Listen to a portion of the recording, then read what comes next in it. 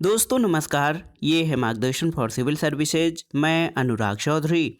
दोस्तों उच्चतर शिक्षा सेवा चयन आयोग द्वारा आयोजित किए जाने वाले असिस्टेंट प्रोफेसर परीक्षा हेतु सभी अभ्यर्थियों के लिए अनिवार्य खंड सामान्य अध्ययन के लिए महत्वपूर्ण अध्ययन सामग्री के अंतर्गत इस वीडियो में प्रस्तुत है मानव एवं पर्यावरण खंड से संबंधित महत्वपूर्ण अध्ययन सामग्री। इसमें हम प्रदूषण एवं इसके प्रकार तथा वायु प्रदूषण, इसके स्रोत, प्राथमिक एवं द्वितीयक प्रदूषक और इसके पर्यावरणीय एवं मानव स्वास्थ्य पर पड़ने वाले प्रभावों के बारे में जानेंगे। तो आइए शुरू करते हैं आज का वीडियो, प्रदूषण एवं इसके प्रकार। दोस्तों प्रदूषण क्या है यानी पोल्यूशन क्या है, इसको जानना बहुत जरूरी है। आप जान लीजिए, प्रदूषण भूमि, वायु और जल के भौतिक, रासायनिक अथवा जैव अभिलक्षणों में अनापेक्षित या अवांछनीय परिवर्तन के फलस्वरूप होता है और ये प्रदूषकों के अतिरिक्त जमाव के कारण होता है। वे पदार्थ जिनसे प्रदूषण फैलता है उन्हें प्रदूषक कहते हैं। तो याद रखिए, प्रदूषण दोस्तों भूमि, जल, वायु इन सभी के भौतिक, रासायनिक और जैव अभिलक्षणों में अवांछनीय परिवर्तन के कारण प्रदूषण होता है। जो पदार्थ प्रदूषण उत्पन्न करते हैं उन्हें प्रदूषक कहते हैं। मोटे तौर पर प्रदूषकों को हम दो भागों में बांट सकते हैं। एक तो एंथ्रोपोजेनिक, जो कि मानवीय गतिविधियों से होने वाला प्रदूषण है, और दूसरा जैव विघटित प्रदूषक, जिसमें मलमूत्र, वाहित मल और कचरा आदि शामिल हैं। आइए जान लेते हैं एंथ्रोपोजेनिक यानी मानवीय प्रदूषण के बारे में। दोस्तों मानव गतिविधियों से निर्मित पर्यावरण, सामान्य तौर पर प्रकृति के नकारात्मक मानवीय प्रभाव को एंथ्रोपोजेनिक प्रदूषण कहते हैं और मनुष्यों द्वारा उत्पन्न प्रदूषण को एंथ्रोपोजेनिक प्रदूषण की श्रेणी में रखा जाता है।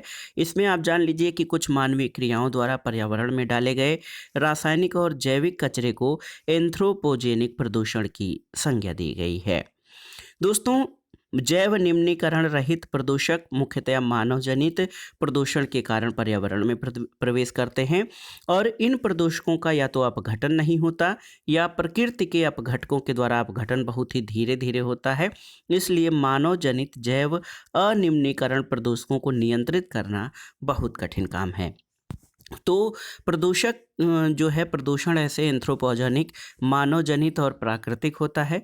सामान्य तौर पर जो मानव जनित प्रदूषक होता है उसमें जो प्रदूषक होते हैं वो जैव अनिम्नीकरणीय होते हैं, यानी इन प्रदूषकों का विघटन बहुत धीरे या तो नहीं होता है, इसलिए इनका निपटान बहुत कठिन है।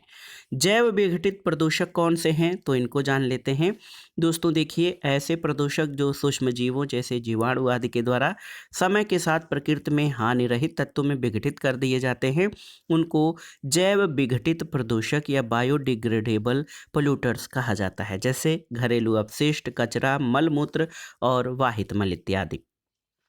जैव विघटित प्रदूषक जैसे कि घर का कूड़ा, पशुओं के मलमूत्र, सीवेज इत्यादि का अपघटकों के द्वारा पूरी तरह अपघटन कर दिया जाता है। इसलिए आप जान लीजिए कि जैव निम्नकरणीय प्रदूषकों को आसानी से प्राकृतिक तरीके से नियंत्रित किया जा सकता है। इसलिए वे पदार्थ जो जैविक प्रक्रम के द्वारा अपघटित हो जाते हैं जैव निम्नीकरणीय कहलाते हैं, जैसे रबर जैव निम्नीकरणीय है। पर्यावरण के आधार पर प्रदूषण को मुख्यतः तीन भागों में बांटा जा सकता है। एक तो वायु प्रदूषण, दूसरा जल प्रदूषण और तीसरा भूमि प्रदूषण। तो सबसे पहले हम वायु प्रदूषण, इसके कारण, प्रमुख स्रोत, प्राथमिक एवं द्वितीयक प्रदूषक और इसके पर्यावरण पर पड़ने वाले प्रभावों के बारे में विस्तार से जानेंगे। देखिए, एयर पोल्यूशन दोस्तों, जब मानवीय या प्राकृतिक कारणों से वायुमंडल में उपस्थित गैसों के निश्चित अनुपात में, यानी चाहे वो गैसें विषाक्त हों या कड़कीय पदार्थों की वजह से अवांछनीय परिवर्तन हो जाता है, तो इसे वायु प्रदूषण कहते हैं। इसमें आप देख सकते हैं वायु प्रदूषण के स्रोत कौन कौन से हैं, तो बहुत ही महत्वपूर्ण है। आप देख सकते हैं वायु में कणिका तत्व यानी पार्टिकल्स, आग, वाहन, भवन निर्माण, कारखाना, इन सभी के द्वारा कुछ अवांछनीय पदार्थ हमारे वायु में निश्रित होते हैं, जिससे कि उसमें जो है सामान्य जो इसकी संतुलन की अवस्था है उसमें परिवर्तन हो जाता है, जिससे कि प्रदूषण होता है। वायु प्रदूषण के स्रोतों में प्राकृतिक स्रोत और मानवजनित स्रोत हैं। आप देख सकते हैं दोस्तों, वायु प्रदूषण के प्राकृतिक स्रोतों में वनाग्नि यानी वनों में लगने वाली आग, ज्वालामुखी उद्गार, जैविक पदार्थों के सड़ने से निकलने वाली गैसें प्रमुख हैं।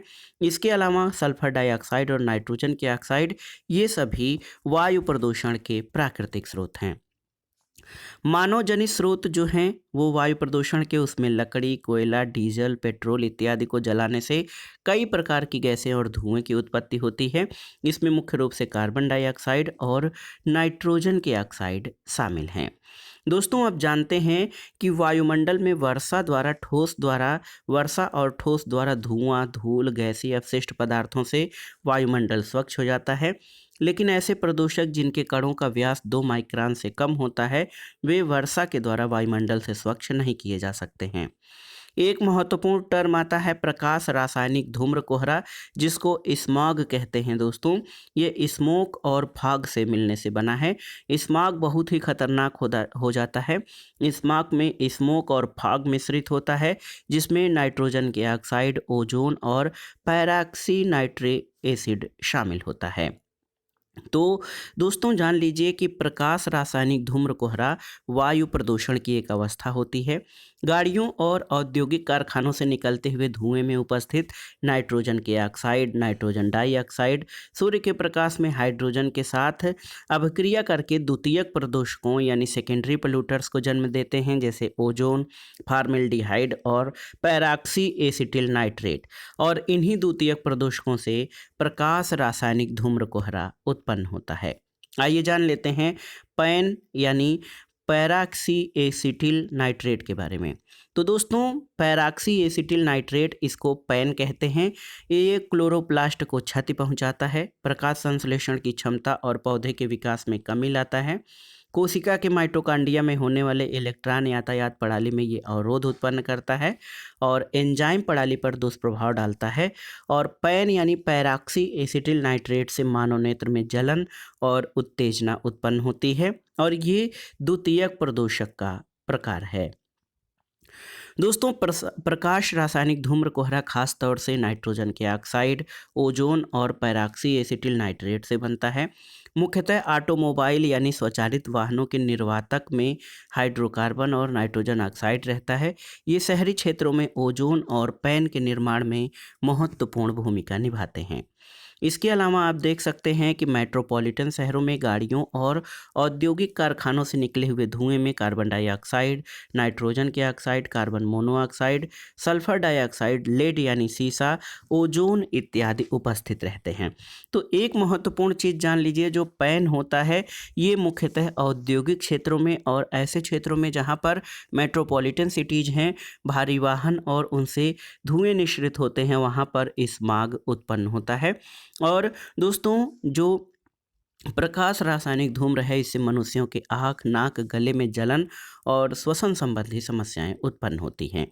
इसके अलावा गर्म, शुष्क और तीव्र सौर विकिरण वाले महानगरों में वायुमंडलीय हाइड्रोकार्बन और वाहनों और बिजली संयंत्रों से निकलने वाली नाइट्रोजन ऑक्साइड सूर्य के प्रकाश में अभिक्रिया करके कई सारे द्वितीयक प्रदूषक बनाती हैं, जैसे ओजोन, फॉर्मेल्डिहाइड और पैराक्सी एसिटिल नाइट्रेट।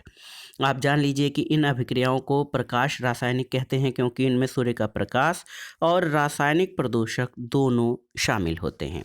तो आप जान लीजिए, फोटोकेमिकल प्रदूषण, प्रकाश रासायनिक प्रदूषण, सूर्य के प्रकाश और रासायनिक प्रदूषक दोनों आपस में अभिक्रिया करते हैं और इससे बनने वाले वायु प्रदूषण के पर्दे भूरे नारंगी जैसे प्रकाश रासायनिक धूम्र कहते हैं। आप जान लीजिए कि ऑक्सीजन और नाइट्रोजन से मिलने के कारण नाइट्रिक ऑक्साइड बनती है। ये गैस वायु से मिलकर नाइट्रोजन डाइऑक्साइड का निर्माण करती है।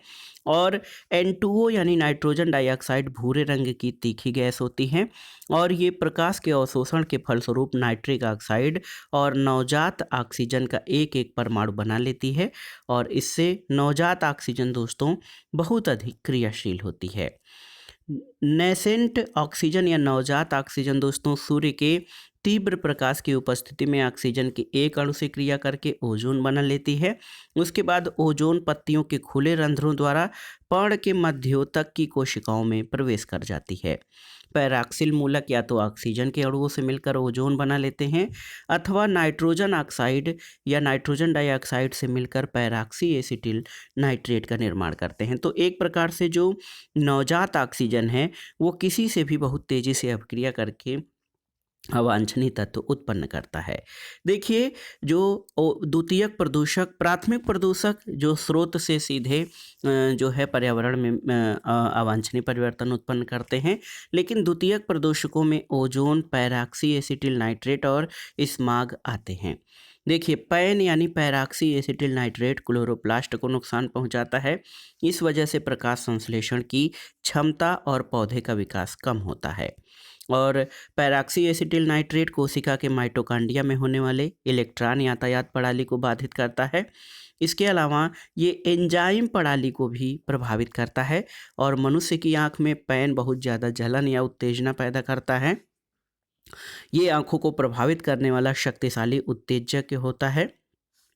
और आप जान लीजिए, पैन यानी पैराक्सी एसिटिल नाइट्रेट और ओजोन मिलकर छोटी छोटी बूंदें बना लेते हैं और वायु में मिलकर पैन और ओजोन धुंध बना लेते हैं। कुछ महत्वपूर्ण परीक्षाओं की दृष्टि से प्रश्नों को देख लेते हैं। मानव जनित पर्यावरणीय प्रदूषण क्या कहलाता है? तो इसको ह्यूमेलिन कहा जाता है। कोयला, पेट्रोल, डीजल आदि का दहन का मूल स्रोत क्या है? तो दोस्तों, कोयला, पेट्रोल, डीजल आदि का दहन वायु प्रदूषण यानी एयर पोल्यूशन का मुख्य स्रोत है। प्रकाश रासायनिक धूम्र कोहरे के बनने के समय एक उत्पन्न होता है क्या? तो नाइट्रोजन ऑक्साइड। अधिकतम ध्वनि प्रदूषण का कारण क्या है? तो ये जेट उड़ान है। और सामान्य परिस्थितियों में वातावरण में प्रदूषण उत्पन्न करने वाली गैस कौन सी है? तो कार्बन मोनोऑक्साइड है। अधूरे प्रज्वलन के कारण मोटर कार और सिगरेट से निकलने वाली रंगहीन गैस कौन सी है? तो कार्बन मोनोऑक्साइड है। दोस्तों, भूमिगत जल को दूषित करने वाला अजैविक प्रदूषक कौन सा है? तो आप जान लीजिए, आर्सेनिक। और औद्योगिक मलबे में सर्वाधिक रासायनिक प्रदूषण होता है किस उद्योग में? तो चमड़ा उद्योग में। इसी तरह अम्ल वृष्टि या जो एसिडिक रेन है उसका कारण क्या है? तो आप जान लीजिए, सल्फर डाइऑक्साइड और नाइट्रस ऑक्साइड ये अम्ल वर्षा के प्रमुख कारण हैं। अम्ल वर्षा होती है कैसे? तो ये कारखानों से। सर्वाधिक अम्ल वर्षा कहाँ पर होती है? तो नॉर्वे में होती है, जो कि उत्तर ध्रुवीय क्षेत्र है। कोल दहन से उत्पन्न प्रदूषक क्या है? तो फ्लाई ऐश। दोस्तों, फ्लाई ऐश कोल दहन से उत्पन्न वायु प्रदूषक है। दोस्तों, आप जान लीजिए कि जो धूम्र कोहरा या स्माग है, जब ये अधिक मात्रा में हो जाता है तो विजिबिलिटी यानी दृश्यता घट जाती है। इसके कारण पृथ्वी पर पहुंचने वाली प्राकृतिक सौर विकिरण की मात्रा घट जाती है। जब सौर विकिरण की मात्रा घटेगी तो जीवों में विटामिन डी के उत्पादन की मात्रा घटती है और ये रिकेट्स जैसे पौधों की वृद्धि का कारण बनती है, रिकेट्स जैसे रोगों की। और अधिक धूम्र कोहरे से यातायात के परिचालन में असुविधा होती है और इससे दुर्घटनाओं में वृद्धि हो सकती है। दोस्तों, वे वायु प्रदूषक, देखिए, प्राथमिक और द्वितीयक वायु प्रदूषक समझ लीजिए, प्राइमरी एंड सेकेंडरी। तो देखिए, वे वायु प्रदूषक जो स्रोत से सीधे वायु में मिलते हैं प्राथमिक प्रदूषक कहलाते हैं, जैसे carbon dioxide, carbon monoxide, sulphur dioxide. लेकिन ऐसे वायु प्रदूषक जो प्राथमिक वायु प्रदूषकों और साधारण वातावरणीय पदार्थों की क्रिया के फलस्वरूप उत्पन्न होते हैं, द्वितीयक वायु प्रदूषक के नाम से जाने जाते हैं। इसमें ओजोन और पैन यानी पैराक्सी एसिटिल नाइट्रेट शामिल हैं। दोस्तों, पैराक्सी एसिटिल नाइट्रेट जो है, ओजोन तथा स्माग, ये सब द्वितीयक प्रदूषक हैं, जबकि सल्फर के ऑक्साइड मुक्त सल्फर ऑक्साइड, नाइट्रोजन के ऑक्साइड, कार्बन मोनोऑक्साइड, ये प्राइमरी पोल्यूटर्स की श्रेणी में आते हैं। आप जान लीजिए कि वाहनों में पेट्रोल के जलने से लेड यानी सीसा धातु उत्सर्जित होती है। ये वायु को प्रदूषित करती है। लेड को इंजन में नॉकिंग रोकने के लिए प्रयुक्त किया जाता है। अब परिशोधनशाला तकनीक में उन्नयन के कारण पेट्रोल में तेल लेड डालने की आवश्यकता कम हो चुकी है। और इसके अलावा लेड या पीबी एक वायु प्रदूषक है जिससे कई गंभीर स्वास्थ्य परिणाम हो सकते हैं। लेड दोस्तों बच्चों के दिमाग के विकास में बाधा पहुंचाता है, उनके बुद्धि लब्धि लेवल यानी आईक्यू को घटाता है और वयस्कों में हृदय और श्वसन संबंधी बीमारियों को उत्पन्न करता है। इसके अलावा मोटर कार और सिगरेट के अधूरे प्रज्वलन के कारण जो निकलने वाली गैस है वो कार्बन मोनोऑक्साइड है। कार्बन मोनोऑक्साइड को आप जानते हैं ये दम घोटू और जानलेवा गैस होती है। ये एक प्राथमिक वायु प्रदूषक है जो कि रंगहीन और अति विषैली गैस होती है। इसकी 90% मात्रा प्राकृतिक स्रोतों और शेष 10% ईंधन पदार्थों मुख्यतः कोयले के जलने, स्वचालित वाहनों इत्यादि से वातावरण में मिलती है, जिसमें कार्बन मोनोऑक्साइड उत्सर्जन का 50% ऑटोमोबाइल से निकलता है। आइए दोस्तों प्राथमिक वायु प्रदूषकों को इस चार्ट के माध्यम से देखने का प्रयास करते हैं। देखिए, प्राथमिक वायु प्रदूषक में आप जानते हैं कार्बन मोनोऑक्साइड, कार्बन डाइऑक्साइड और सल्फर डाइऑक्साइड शामिल हैं। कार्बन मोनोऑक्साइड एक रंगहीन और अति विषैली गैस होती है और ये मुख्यतः वायु प्रदूषक है। और कार्बन मोनोऑक्साइड दोस्तों रक्त में उपस्थित हीमोग्लोबिन से जुड़कर कार्बोक्सी हीमोग्लोबिन बनाती है और इसके परिणाम स्वरूप मनुष्य में ऑक्सीजन की सप्लाई अवरुद्ध हो जाती है, जिससे व्यक्ति की मृत्यु हो जाती है। कार्बन डाइऑक्साइड के बारे में जानते हैं। ये भी एक रंगहीन और गंधहीन गैस है। ग्रीन हाउस गैस का मुख्य कारक है कार्बन डाइऑक्साइड और कार्बन के रासायनिक यौगिकों को कार्बनिक यौगिक या जो है दोस्तों कार्बोनिक पदार्थ कहा जाता है। सल्फर डाइऑक्साइड जो है प्राइमरी वायु प्रदूषकों में शामिल है। SO2 इसका जो है सूत्र होता है। सल्फर डाइऑक्साइड कार्बन मोनोऑक्साइड और कार्बन डाइऑक्साइड की अपेक्षा ये गंधहीन गैस नहीं बल्कि तीव्र गंधयुक्त, तीक्ष्ण और विषैली गैस है। कारखाना आदि में कोयला या तेल जैसी चीज़ों को जलाने से सल्फर डाइऑक्साइड उत्पन्न होती है और इसका उपयोग पेपर उद्योग, ऊन और रेशम की वस्तुओं में विरंजक के रूप में किया जाता है। कार्बन मोनोऑक्साइड के बारे में आप जान रहे थे कि ये सिगरेट के धुएं में होती है। कार्बन मोनोऑक्साइड वायुमंडल में कम समय के लिए रहती है और इसका ऑक्सीकरण कार्बन डाइऑक्साइड में हो जाता है। और कार्बन मोनोऑक्साइड को जो है दम घोटू गैस या विषैली गैस इसलिए कहा जाता है क्योंकि ये गैस रक्त में उपस्थित हीमोग्लोबिन से जुड़कर कार्बोक्सी हीमोग्लोबिन बनाती है, जिसके कारण रक्त की ऑक्सीजन वहन करने की क्षमता कम हो जाती है और दम घुटकर व्यक्ति की मृत्यु हो जाती है। कार्बन मोनोऑक्साइड के बारे में यहाँ विस्तार में जानते हैं कि ये वायुमंडल में दोस्तों कार्बन मोनोऑक्साइड इसका फार्मूला CO है, यानी कार्बन का एक अणु और ऑक्सीजन का एक अणु होता है और ये एक रंगहीन और अति विषैली गैस है जो कि प्राथमिक वायु प्रदूषक में शामिल है। मानव जनित स्रोत जैसे ऑटोमोबाइल उत्सर्जन, बायोमास दहन आदि से कार्बन मोनोऑक्साइड उत्पन्न होता है। दोस्तों कार्बन मोनोऑक्साइड रक्त में उपस्थित हीमोग्लोबिन से जुड़कर कार्बोक्सी हीमोग्लोबिन का निर्माण करता है और ये ऑक्सीजन के या रक्त में ऑक्सीजन वहन करने की क्षमता को कम कर देता है, जिससे व्यक्ति की दम घुटकर मृत्यु हो जाती है। दोस्तों कार्बन मोनोऑक्साइड का प्राकृतिक स्रोत ज्वालामुखी और दावाग्नि है, लेकिन ये वायुमंडल में अल्पकाल के लिए विद्यमान होती है और ऑक्सीजन के परमाणु से मिलकर ये कार्बन डाइऑक्साइड में परिवर्तित हो जाती है, यानी इसका जो ऑक्सीकरण है कार्बन डाइऑक्साइड में हो जाता है।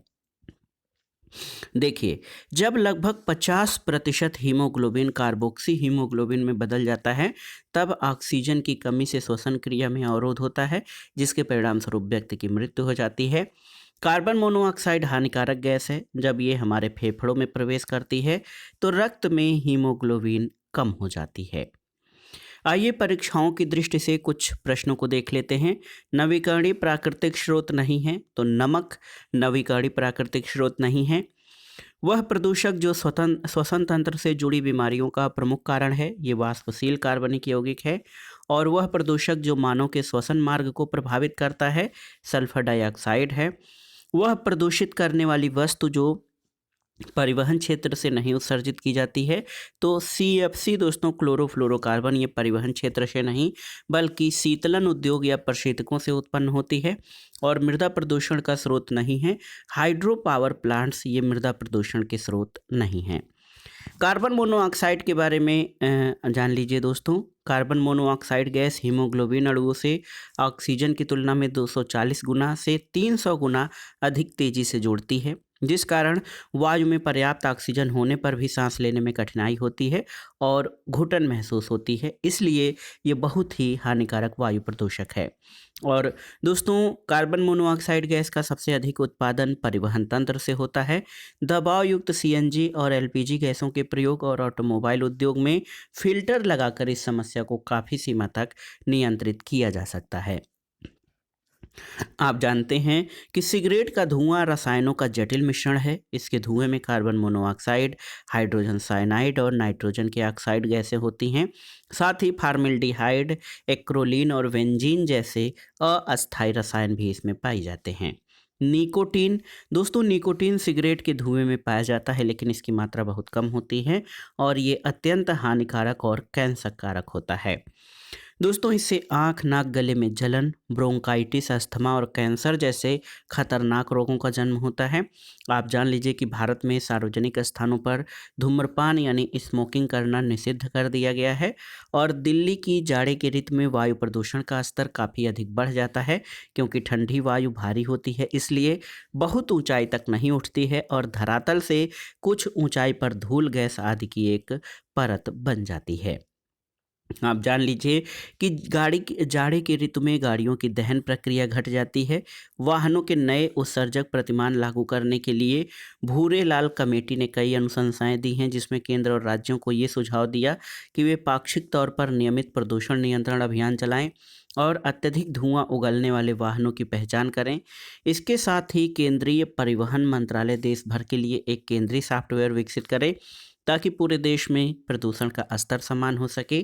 कमेटी ने यह भी सुझाव दिया कि अत्यधिक धुआं उगलने वाले व्यावसायिक वाहनों के लाइसेंस रद्द करते वक्त प्राइवेट वाहनों पर भी कार्रवाई की जाए और कोयला आधारित विद्युत संयंत्रों से विद्युत उत्पादन के फलस्वरूप बाई प्रोडक्ट के रूप में फ्लाई ऐश प्राप्त होता है। दोस्तों, फ्लाई ऐश महत्वपूर्ण वायु प्रदूषक है।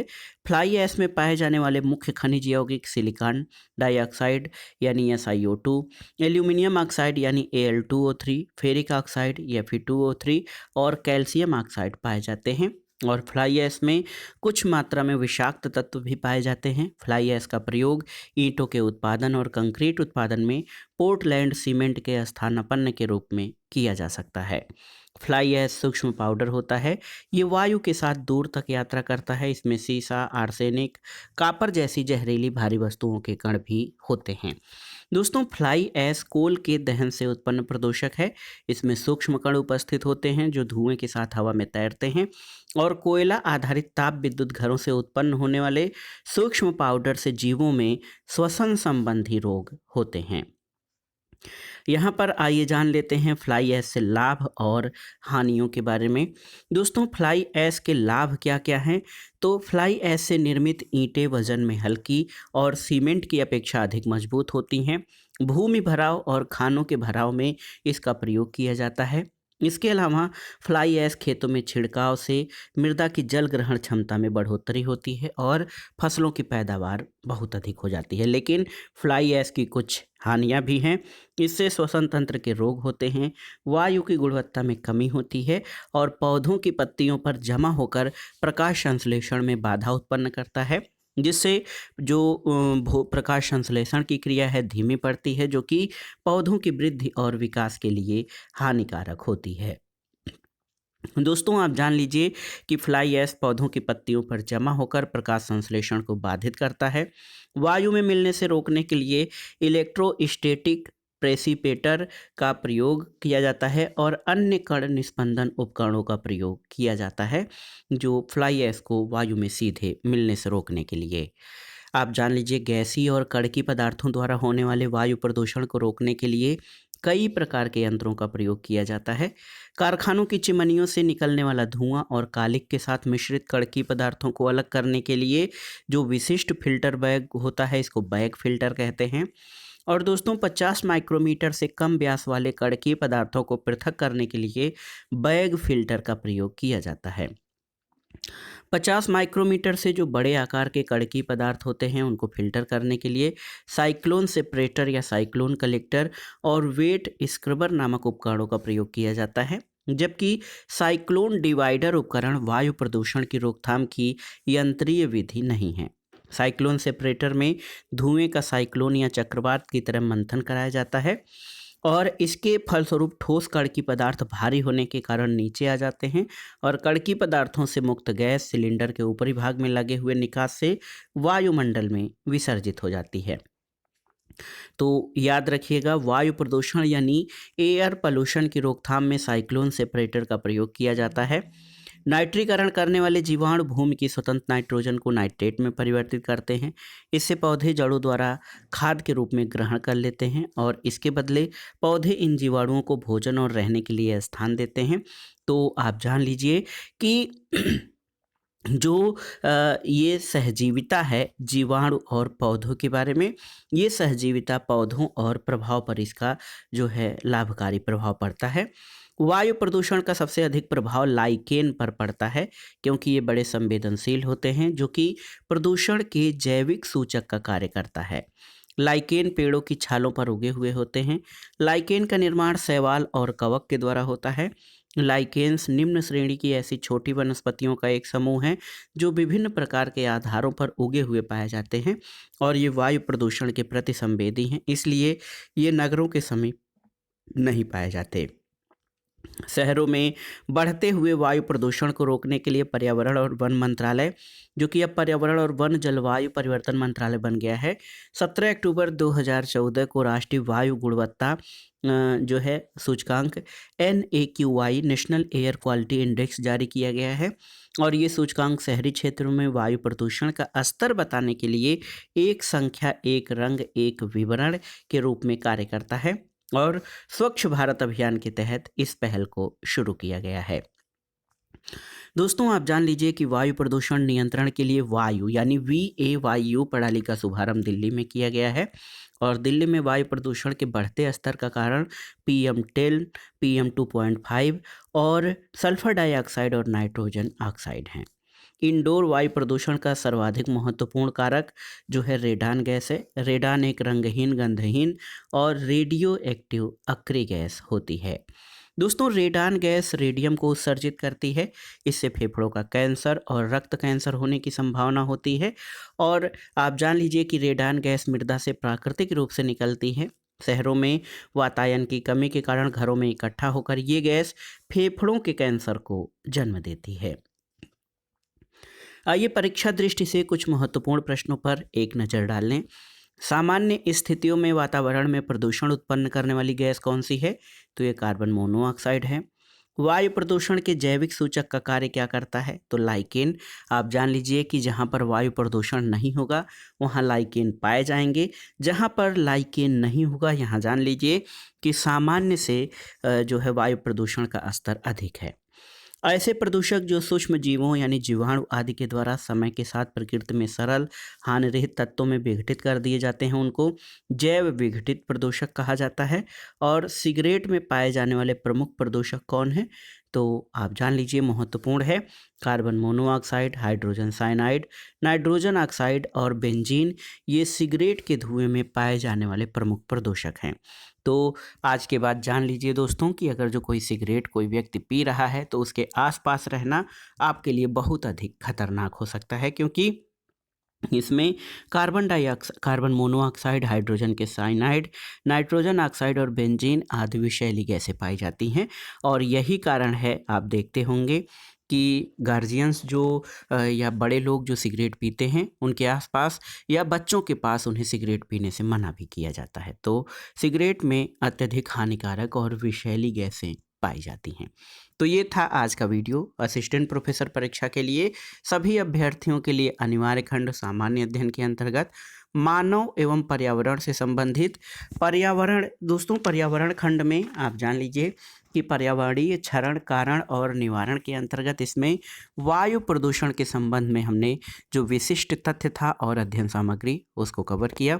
और इनसे आने वाले प्रश्नों को आप एक जगह अलग से नोट कर लीजिएगा ताकि एग्जाम में जब ये प्रश्न पूछे जाएं तो आप उनको आसानी से सॉल्व कर सकें। वीडियो आपको कैसा लगा हमें कमेंट बॉक्स में ज़रूर बताइएगा। वीडियो को लाइक करें, शेयर करें और इस चैनल मार्गदर्शन फॉर सिविल सर्विसेज को सब्सक्राइब करें। वीडियो देखने के लिए धन्यवाद दोस्तों। नमस्कार।